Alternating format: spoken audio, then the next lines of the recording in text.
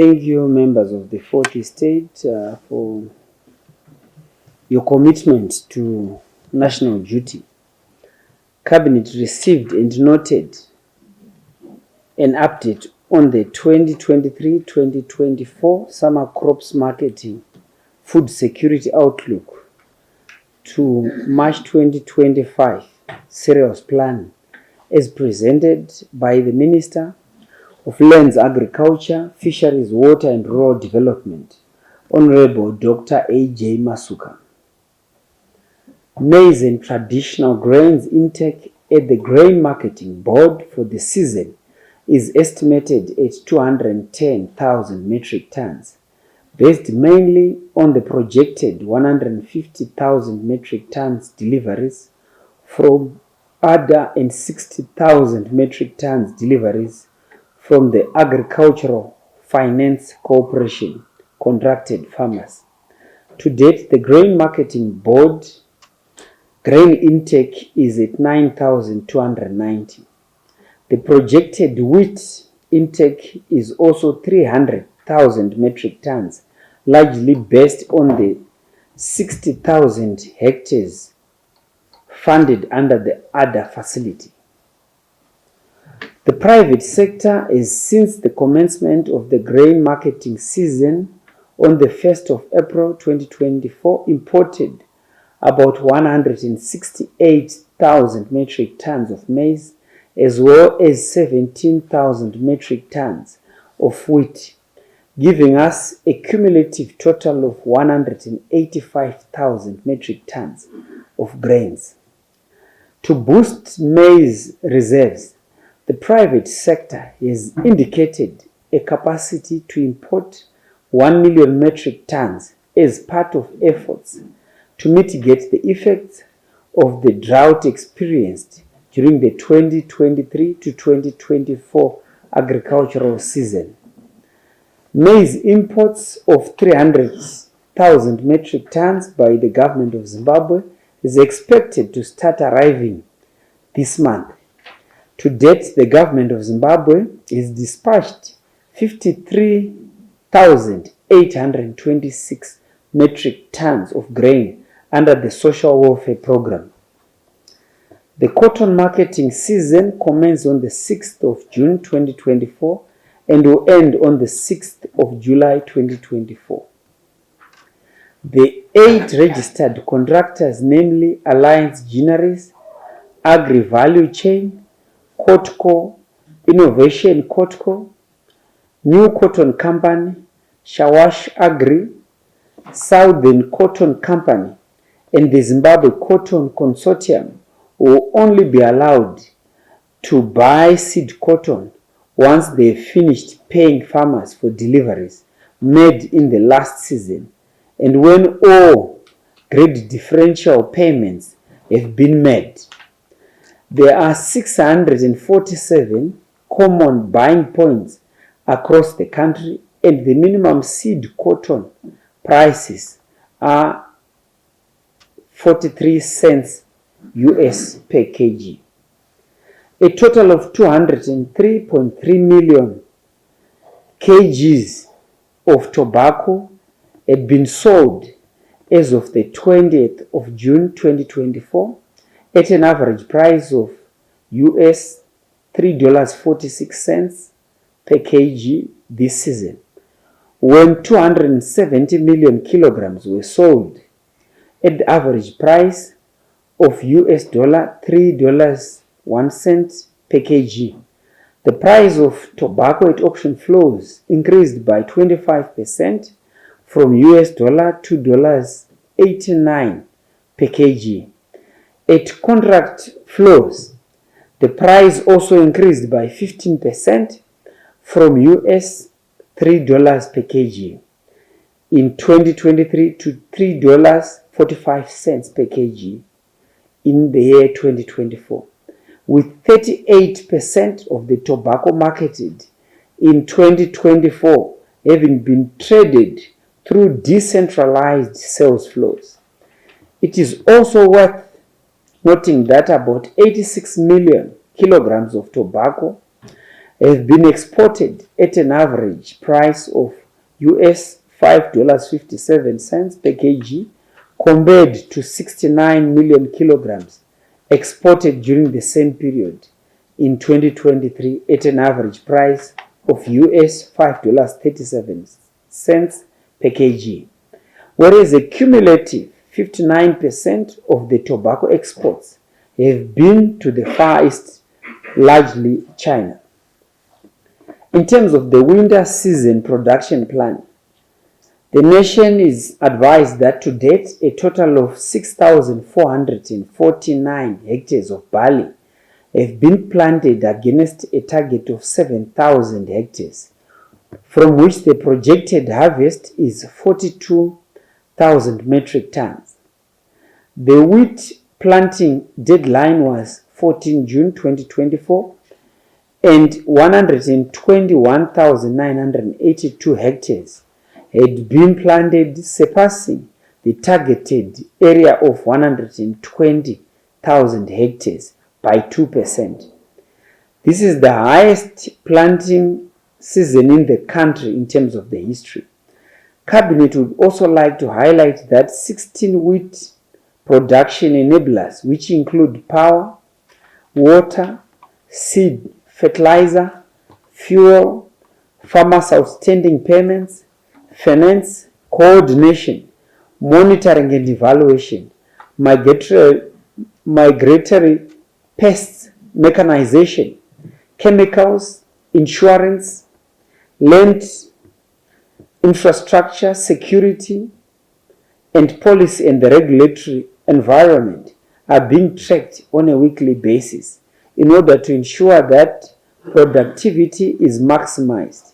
To that end, wood farmers clusters have been submitted to ZESA and ZINWA for ring fencing of electricity and water in the major wheat growing districts. Cabinet received and noted a report on the food deficit mitigation strategy and urban transfer program as presented by the Minister of Public Service, Labour and Social Welfare, Honorable July Moyo. There has been a significant improvement in the distribution of grains throughout the country from the previous week. As at 22 June 2024, a total of 46,494.52 metric tons of grain had been distributed, with beneficiaries receiving a 3-month allocation.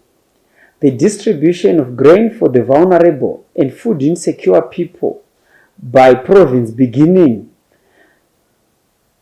in terms of the blitz from the May 2024 is as follows.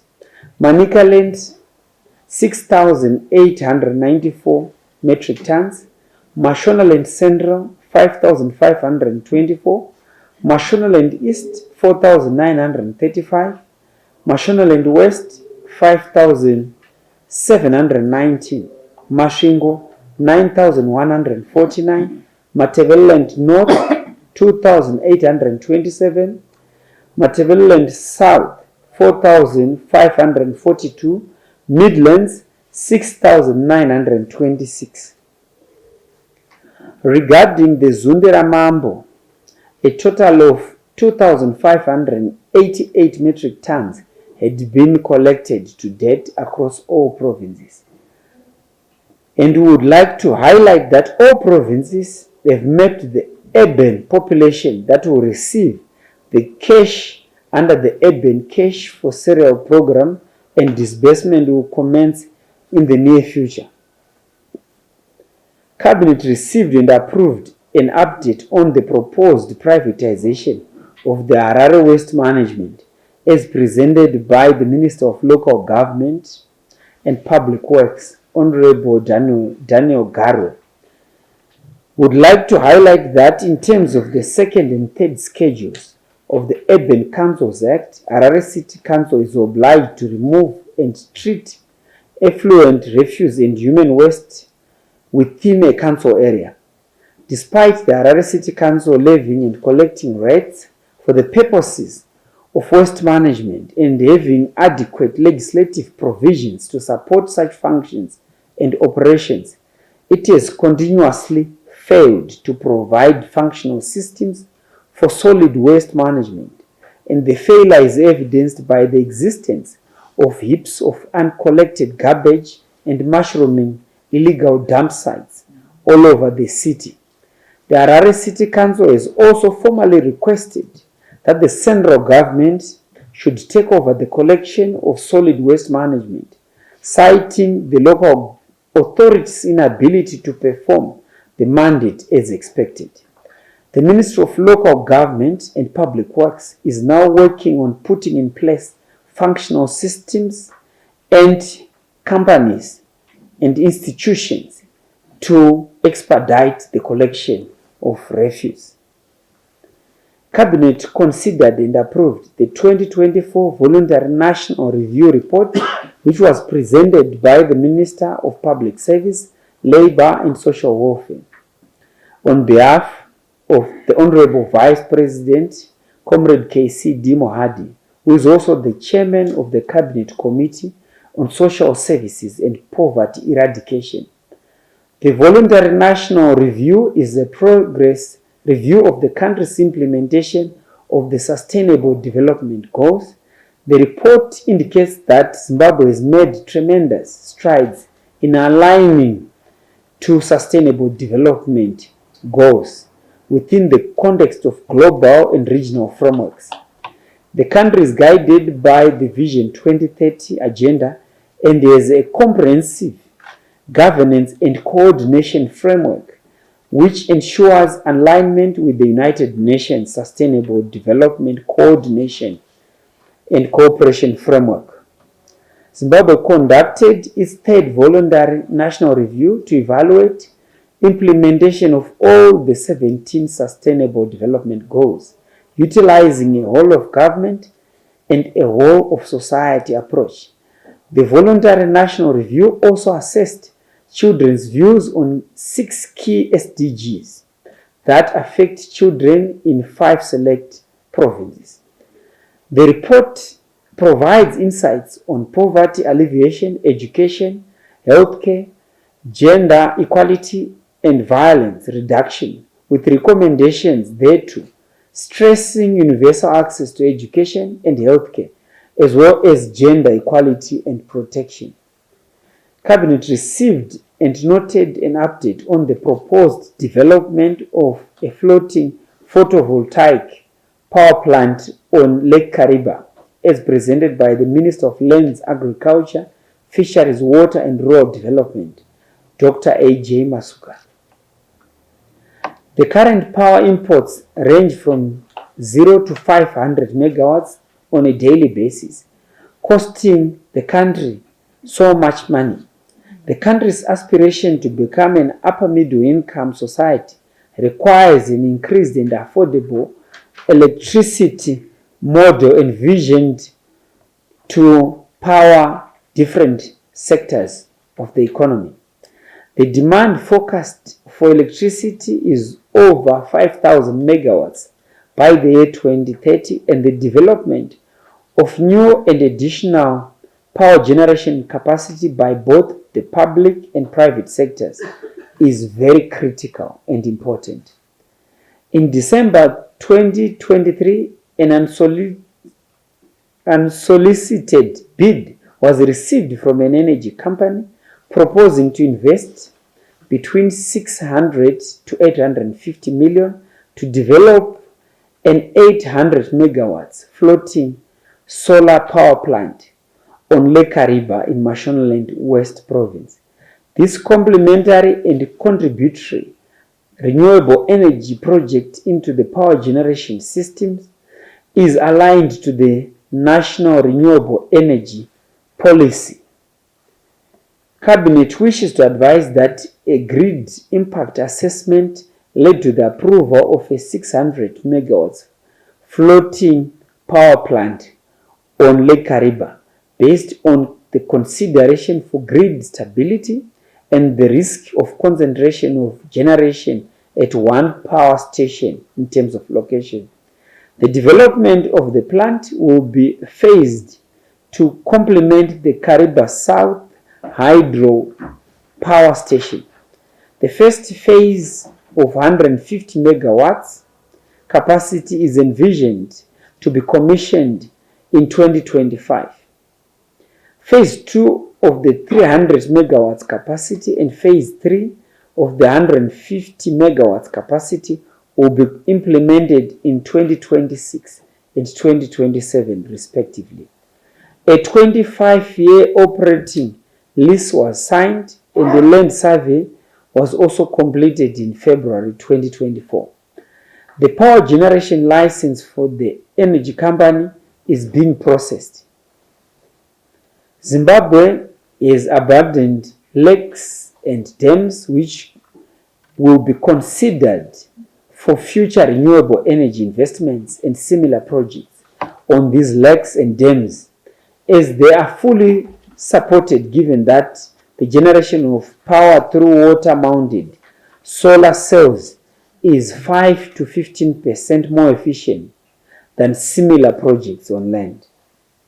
Cabinet received reports on progress made in the implementation of priority projects for the first 100-day cycle of 2024 as presented by the Minister of National Housing and Social Amenities and the Minister of Environment, Climate and Wildlife. The Minister of National Housing and Social Amenities, Honorable Jemu Soda, reported progress on projects under his purview as follows. The construction of the Dzivarasekwa flats in Harare province has been completed and now awaits commissioning. The construction of the Marondera flats in Mashonaland East province is at 90% in terms of completion. The construction of civil servants' houses at Lupane in Matebeleland North has been completed and an application for electricity connection has been initiated. The regularization of informal stands at Lupane in Matebeleland North is at 65% in terms of completion. The construction of 17 core houses and ablution facilities at Binga Housing Project is 100% complete. Construction of 4x4 story build blocks of flats and a waiting mother shelter at Uzumba Maramba Pfungo in Mashonaland East is ongoing. The construction of the Dzivarasekwa civil works has been completed. The redevelopment of stalled buildings at Byte Bridge is at 61% in terms of completion. The Bluffview project involving the construction of cluster houses and facilitated by the ministry is expected to be completed by June 2024. The servicing of residential stands at Hopevale in Bulawayo has been completed and the servicing of 24 residential stands at Old Windsor in Rua has been completed. The Minister of Environment, Climate and Wildlife, Honorable Dr. Stembiso Nyoni, reported progress on projects under her purview as follows. That seedlings were distributed to local communities and planted in Mavuradona Wilderness in Mashonaland Central Province. That many people were trained in beekeeping and beehive making and honey processing in Mashonaland Central Province. That the construction of a Wange one-stop pavilion for wildlife information and services is now at 65% in terms of completion. That the identification and demarcation of the Mavangwe Hills as a protected forest within the communal land in Buhera district has been completed, and that the construction of 2 classroom blocks at Konarejo in Chiredzi district, Mashingo, by Zimparks as a corporate social responsibility is at 85% in terms of completion. Cabinet received an update on the Southern African Development Community Charter establishing Women in Science, Engineering and Technology Organization as presented by the Attorney General. Honorable V. Mabiza. Cabinet would like to advise that the SADC Charter on Women in Science, Engineering and Technology Organization was approved by SADC member states in 2017 and entered into force in September 2022, following its signing by 11 member states.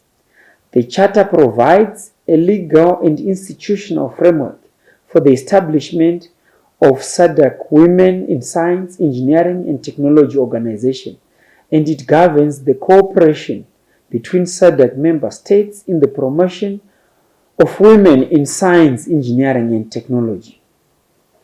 Over the years, attempts to encourage women and girls' participation in sciences has been promoted in Zimbabwe, and Zimbabwe has also witnessed persistent gender gaps in terms of all levels of science, technology, engineering and mathematics, and has put in place a framework to narrow the gap, and this has been done successfully. On all fronts, the country has made commendable efforts in advancing socio-economic issues and other matters of interest, working in collaboration with other SADC member states. The Southern Africa Development Community on Women in Science, Engineering and Technology Organization Charter will strengthen Zimbabwe's efforts in promoting gender mainstreaming in STEM and consequently bridges the gender gaps for the achievement of gender responsive and inclusive higher and tertiary education, innovation, science and technology development. In this regard, Cabinet approved the signing and ratification of the SADC on Women in Science, Engineering and Technology Organization Charter. Cabinet received a report on His Excellency the President, Dr. Mnangagwa's attendance at the high-level presidential dialogue at the 2024 annual meetings of the African Development Bank, which was presented by the Minister of Industry and Commerce, Honorable N.M. Ndlovu, who is also the Acting Minister of Foreign Affairs and International Trade. His Excellency the President, Dr. Mnangagwa, led a delegation to the 59th annual meetings of the African Development Bank held in Nairobi, Kenya, from the 27th to the 31st of May 2024. The meetings were held under the theme Africa's Transformation, the African Development Bank Group, and the reform of the global financial architecture. The heads of state and government noted the need to address Africa's low growth rates of less than 3% in the majority, which is contributing to high levels of poverty, migration, and suffering by the general populace. The leaders called for the mobilization of resources for Africa by harnessing natural resources, hybrid capital, climate finance, and the construction of green infrastructure. They also called for the reform of the African financial architecture and to strengthen its contribution to the development of the continent.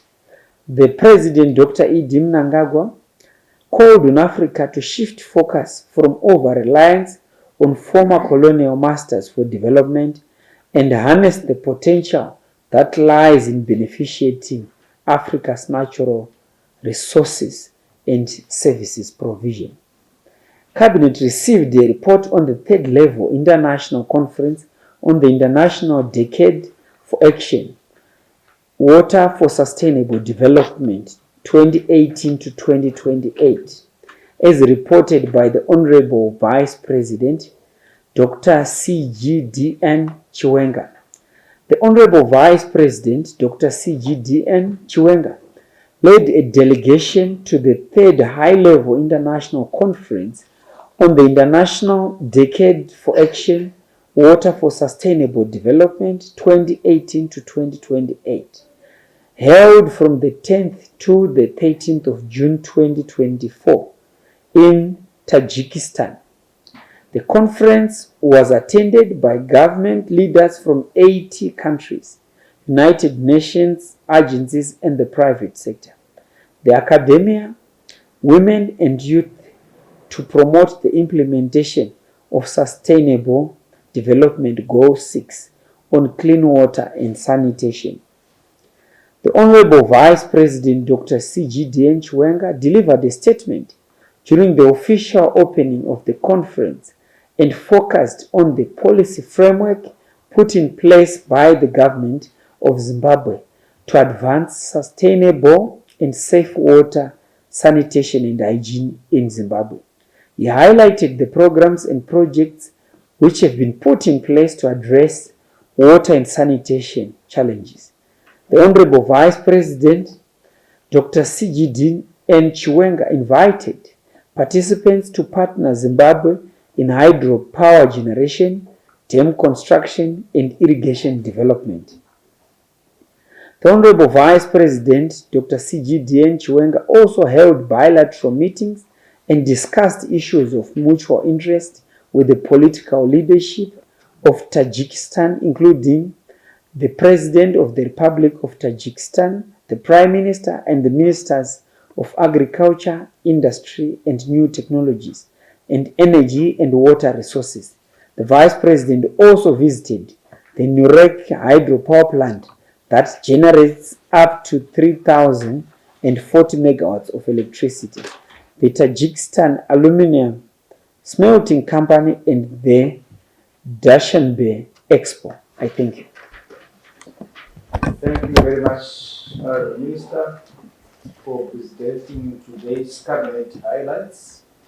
We now move to the first round of 3 questions. After those 3 questions, we will ask Honorable Ministers and Attorney General to respond. Who is going to start? Yes. Thank you, Taku Chambaku from NRTV. This one goes to the Minister of Local Government, right? On the issues to do with privatization of waste management. Are we not slowly making councils irrelevant? Because when you interact with them, they will tell you revenue streams such as Zinara payment of license for cars, talk about water, talk about ZESA, electricity. Some of these services once set with the local authorities, and now we are talking about privatizing the issue of waste collection. Are we not making councils more irrelevant as we go on further? Thank you. Thank you very much. The second question. Yes. Abigail Temple from CCC. Mine is related to the Minister of Public Service. You spoke about the urban cash program. When is it starting and how much is an individual or a household getting in terms of cash? Thank you very much. The third intervention.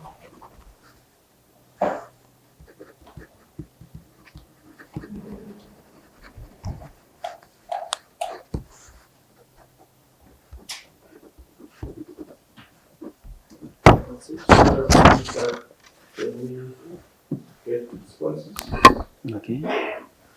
Thank you, Chief Secretary. The first question is coming from Takuchi Ambakwe from NRTV. The question is, are we not making councils irrelevant? Over to you, Engineer Garo. Thank you very much, Chairman. Allow me also to thank Mr. Chambakwe for the question. I mean, we are all aware, we live in Harare, we are all aware of the situation that is prevailing in the country with respect to non-collection of garbage, with respect to heaps and heaps of garbage mushrooming in any street corner you can imagine. We are also aware of the diseases that are born out of having garbage all over. Cholera is one of them, dysentery another, and recently we had cholera outbreaks in Harare, in Tunguza, in Buera. But Harare more specifically, this is the capital of Zimbabwe. This is the city of government business. This is the city that accommodates all our embassies. if we now say, are we not making Harare candidate by taking a service which in their own written to the ministry and come for several meetings saying that they have no capacity anymore, capacity technically and capacity financially to deal with the refuse collection, and now are trying for assistance from the local government. We had to intervene as we speak. You may be aware that 3 weeks ago we launched the Chamisa Harare Phase 2, which we are now collecting as Minister of Local Government, collecting garbage in Harare. This is a stopgap measure, but we are now looking at medium-term to long-term solutions to the problem, because we don't see the council coming from where they are today in terms of service delivery.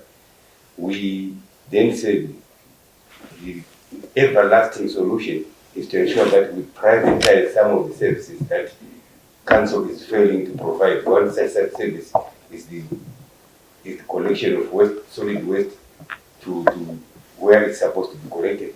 That's why we've said we now need to put a robust system in place to ensure that we discuss with private sector, engage private sector in various forums and see how best we can put to rest the problem that is ensuing in our city in terms of refuse collection and refuse management. The second question is to the Minister of Public Service, Labour and Social Welfare, Comrade July Moyo, on the urban. Over to you, Comrade Moyo. Thank you, Honourable Minister, and thank you, Abdul Tembo. The question is in two parts. When we have just been completing the assessment of who deserves to have food in all, or to have cash for food in all the urban areas. This follows the ZIMLAC report that gave us the figures that there are 1.7 million people needing assistance in the urban areas because they are vulnerable because of this El Nino-induced drought. And we have now done our disaggregation, and the national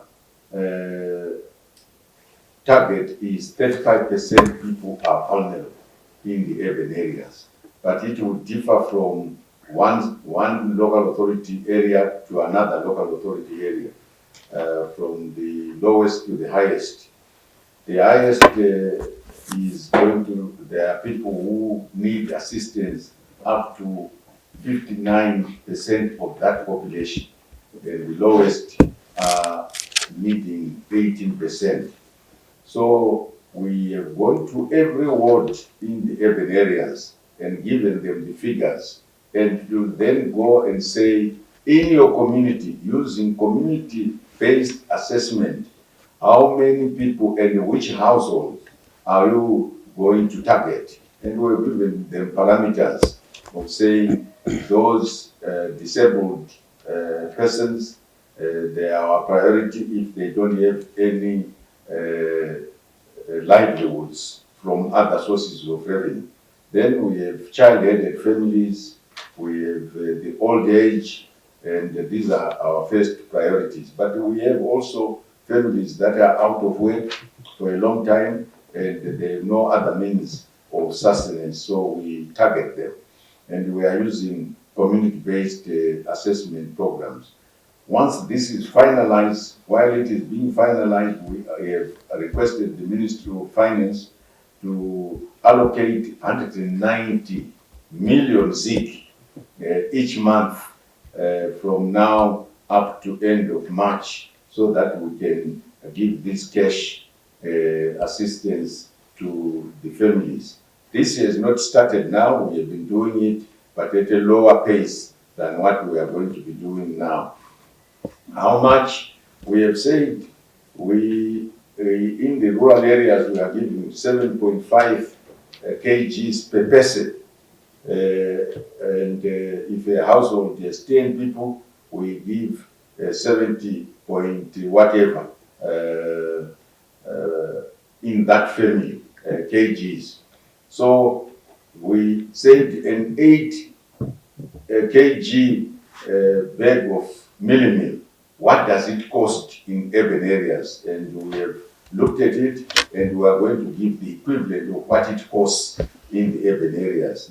Because it might move, we are guided by the fact that we want to give cash for a family, an individual in a family, to buy 8 kgs of meal. And that is targeting each individual, although it will be given to a household, but each individual in a household is given their own cash. But how it is managed, obviously, it has to be managed per family. Because we are also giving young children, young people, and we don't expect that we will give them directly, but to the family. I thank you.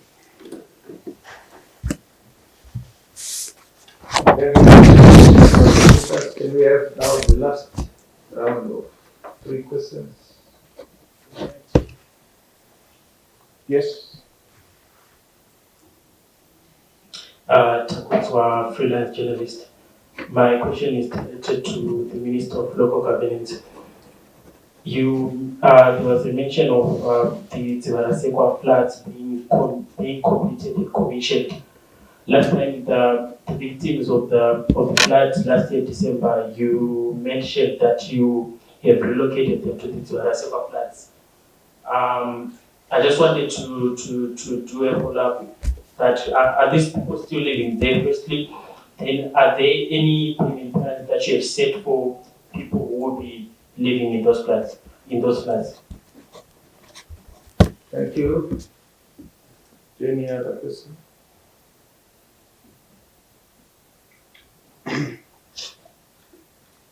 Over to you, Okay. Thank you very much, Chairman, and thank you, Takutsu. The question was directed to the Minister of National Housing and Social Amenities, who is not here, but I will attempt to answer this as a sister ministry. In 2022, beginning of 2023, we had people that were illegally settled along the river banks of some streams in Woodiriru, who then suffered severely because of the floods. We then relocated them to safer grounds where they are right now.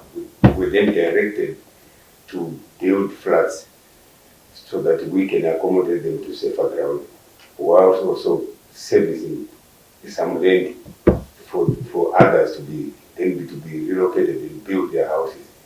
The Chivhayo flats are about 64 flat units.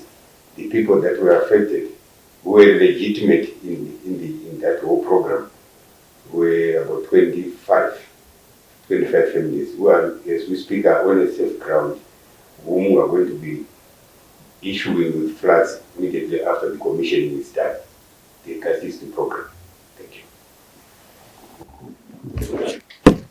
Thank you very much, Honorable Chair, Honorable Ministers, Attorney General, senior officials and members of the press for attending today's post-cabinet briefing. We've come to the end of today's session. Thank you very much.